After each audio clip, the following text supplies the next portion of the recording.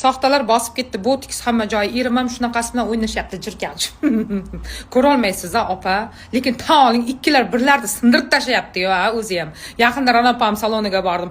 Hammasi ikkinchi xotinlar. O'ziga qaragan, yuzini tortgan, uxot qilgan, figura moshni, kamiga tug'sa toraytirib yotibdi. Yaponiyadan bitta mahsulot kelibdi-da, toraytiradigan. O'shani ishlatib yotishibdi.